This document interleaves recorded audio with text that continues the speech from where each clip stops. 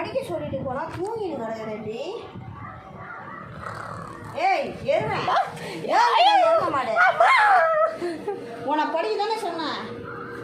யாருங்க மாடிங்க? தூங்குதுல யாரும் கூட தெரியலையே பெத்தவழிய.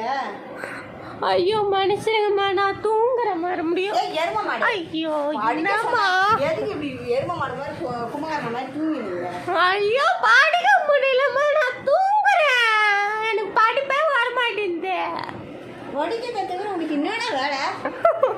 அப்படி பண்ண